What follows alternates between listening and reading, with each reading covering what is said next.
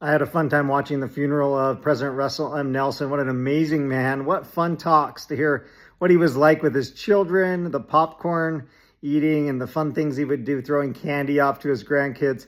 And my favorite was when Dallin H. Oaks made me laugh about his experience with it. Here it is. Especially those of his son and daughter have shared little-known facts about Russell M. Nelson's great role as a leader and teacher and as their father.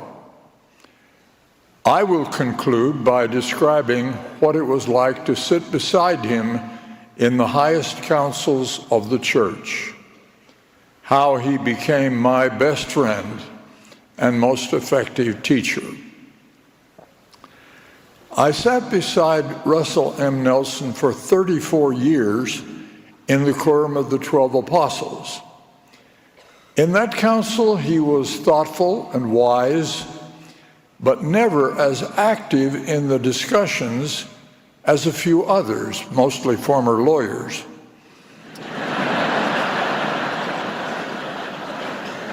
So I was not prepared for what happened in January 2018 when he became our president, with the mantle of the prophet settled upon him.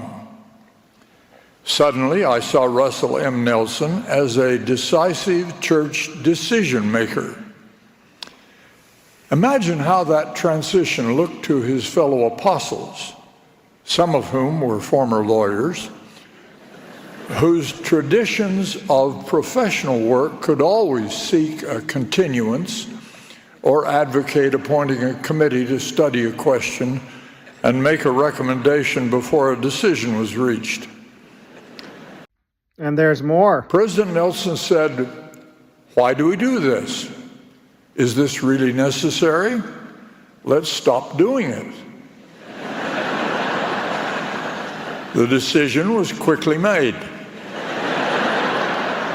That approach was repeated again and again as I saw President Nelson as the decision maker rather than the wise and supportive member of the Quorum of the 12 I had sat beside for 34 years.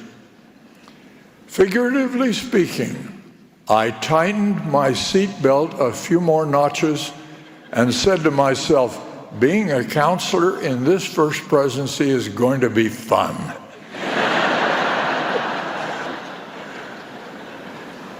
My learning continued.